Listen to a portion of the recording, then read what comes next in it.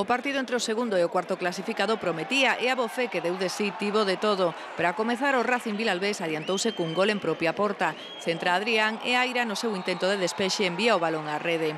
Era o minuto 11 e os visitantes defenderon ben a vantaxe ata o descanso. Pero en canto comezou o segundo tempo, polémico empate dos ferroláns. O Vilalbés reclamou falta de Mella a Pablo Vivero nesta xogada que remataría co empate a un gol. Marcou Óscar Céspedes. A anécdota da tarde chegou 10 minutos despois. A acción do segundo gol do Racing xa de por sí é curiosa polos despropósitos na área ata que Pablo Rey acaba por rematala para facer o 2-1. Pero o máis sorprendente foi ese ataque involuntario da man de Aira que impacta no ollo de Rafa Casanova cando festexaban o gol. O lucense caeu redondo. Tras ser atendido polas asistencias do Racing regresou ao campo pero acabou sendo retirado en Padiola.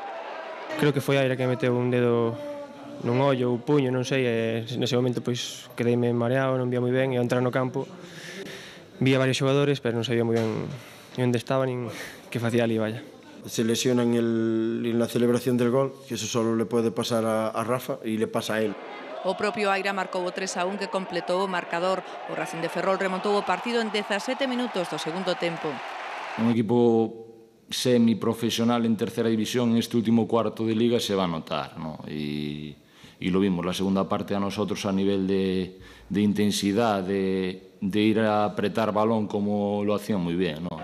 Esta dura entrada por detrás de Nico a Pablo Rey tamén condicionou o rendemento do Racing Vilalbés, xa que o dianteiro foi expulsado con cartón vermello directo cando aínda quedaba media hora de xogo na Malata.